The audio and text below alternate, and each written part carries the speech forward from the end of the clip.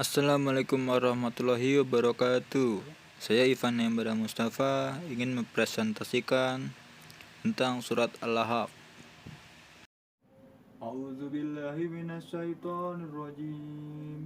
Bismillahirrahmanirrahim.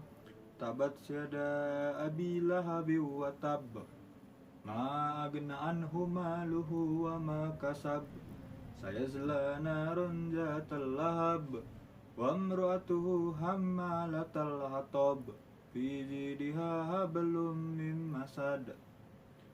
Artinya, binasalah kedua tangan Abu Lahab dan sesungguhnya dia akan binasa. Tidaklah berfaedah kepadanya harta benda apa yang ia usahakan. Kelak dia akan masuk ke dalam api neraka yang bergejolak. Dan begitu pula istrinya, pembawa kayu bakar yang di lehernya ada tali dari serabut. Tafsir surat Al-Lahab. Tafsir surat Al-Lahab ini bukanlah tafsir baru. Kami berusaha mensarikan dari tafsir Ibnu Katsir, tafsir Fi Zilalil Quran, tafsir Al-Azhar, tafsir Al-Munir, dan tafsir Al-Misbah agar ringkasan mudah dipahami. Surat Al-Lahab ayat pertama yang berbunyi Tabat yada abi lahabi wa tab. Binasalah kedua tangan Abu Lahab dan sesungguhnya dia akan binasa. Kata tabat atau taba terdiri dari dua huruf yaitu ta dan ba. Penggabungan dua huruf ini manapun yang didahulukan mengandung arti keputusan atau kepastian yang pada umumnya berakhir dengan kebinasaan. Yada artinya adalah kedua tangan. Namun yang binasa dari Abu Lahab bukan hanya tangannya, namun keseluruhan dirinya. Dia adalah bentuk majazi. Awalnya ia dijuluki Abu Lahab karena wajahnya cerah atau mengkilap. Namun kata lahab juga berarti kobaran api yang menyala dan sudah tidak memiliki asap lagi. Setelah Rasulullah diutus dan dia menyakiti beliau, namun nama Lahab mengisyaratkan bahwa ia akan dibakar api bergejolak di neraka. Ada yang juga yang berpendapat nama Abu Lahab mengisyaratkan bahwa gejolak api selalu menyertainya, yakni api permusuhannya kepada Rasulullah. Menurut Ibnu Katsir, ayat pertama surat Al-Lahab ini menunjukkan bahwa Abu Lahab celaka, telah nyata merugi dan binasa.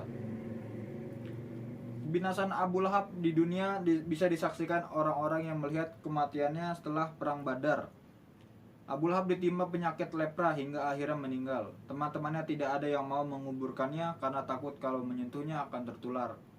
Hingga 3 jari jasadnya dibiarkan, akhirnya digali lubang di bawah tempat tidurnya dan ia dijatuhkan ke lubang itu sebagai kuburnya.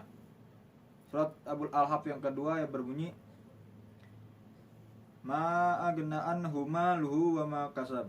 Tidaklah berfaedah kepadanya harta benda dan apa yang ia usahakan. Kata agna merupakan bentuk lampau, seakan-akan tidak bergunanya. Harta dan usahanya di masa datang sudah tidak berguna bagi Abu Lahab. Ma kasab. Dalam ayat ini menurut Ibnu Abbas dan Aisyah adalah anak. Abu Lahab begitu membanggakan harta dan anak-anaknya. Ia pernah mengatakan, jika apa yang dikatakan oleh keponakanku ini benar, maka sesungguhnya aku di hari kiamat kelak akan menebus diriku dari azab dengan harta dan anak-anakku. Apa yang dikatakan Abu Lahab hanyalah angan-angannya. Harta dan anak-anak serta apa yang ia usahakan setelah turunnya ayat ini sama sekali tidak bermanfaat baginya, sama sekali tidak akan bisa menyelamatkannya dari kebinasaan. Surat Al-Lahab ayat 3 Sayasla narun zatal lahab. Kelak dia akan masuk ke dalam api yang bergejolak. Kata Lahab ini artinya kobaran api yang menyala dan sudah tidak memiliki asap lagi, dan dengan itulah Abu Lahab akan diazab. Surat Al-Lahab ayat keempat yang berbunyi wa imra'atuhu hammalatal hatab. Dan begitu pula istrinya pembawa kayu bakar. Istri Abu Lahab bernama Ummu Jamil, nama aslinya adalah Arwah bin Harb bin Umayyah, saudara perempuan Abu Sufyan. Seperti suaminya, Ummu Jamil juga sangat sengit menyakiti Rasulullah. Kalimat hammalatal hatab juga berarti pembawa isu dan fitnah. Ummu Jamil suka mengejek Rasulullah sebagai orang fakir. Surat Al-Lahab ayat kelima yang berbunyi Fi jidha hablum min masad. Yang di lehernya ada tali dari serabut. Kata jid artinya adalah leher. Kata ini biasanya digunakan untuk menggambarkan keindahan leher wanita yang dihiasi dengan kalung. Kata masad adalah sejenis tali yang berasal dari pohon al-masad yang tumbuh di Yaman dan dikenal sangat kuat.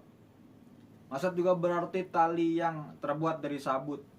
Ayat ini menggambarkan betapa hinanya dia, bagian tubuh yang seharusnya indah justru terjerat dengan tali yang terbuat dari sabut.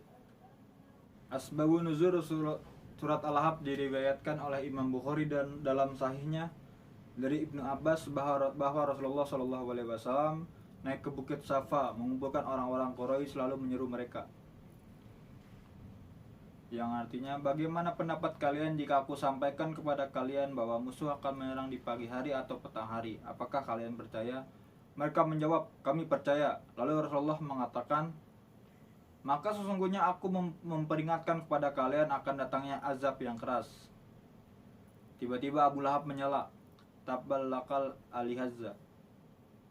Celakalah kamu ini, karena inikah engkau mengumpulkan kami? Maka Allah pun menurunkan surat Al-Lahab ayat pertama, tabat syada abil lahabi watab.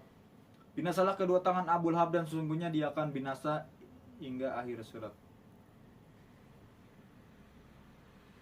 Abu Lahab yang nama aslinya Abdul Uzza bin Abdul Muthalib sebenarnya masih paman Rasulullah. Namun orang yang memiliki nama kunyah Abu Taibah itu adalah orang yang paling sengit menyakiti hati Rasulullah. Orang yang memiliki julukan laqab Abu Lahab karena wajahnya mengkilap ini sering mengikuti Rasulullah dari belakang lalu mendustakan beliau. Ia mempengaruhi orang-orang yang menolak dakwah beliau. Imam Ahmad meriwayatkan, suatu ketika Rasulullah sedang mendakwahi orang-orang untuk masuk Islam.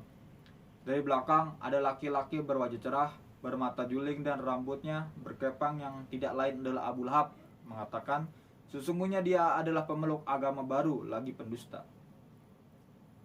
Surat Al-Ahqaf ini merupakan ancaman balasan dari Allah untuk Abu Lahab dan istrinya yang juga tak kalah sengit menyakiti Rasulullah, bahwa kelak Abu Lahab akan masuk neraka dengan siksa yang sangat pedih.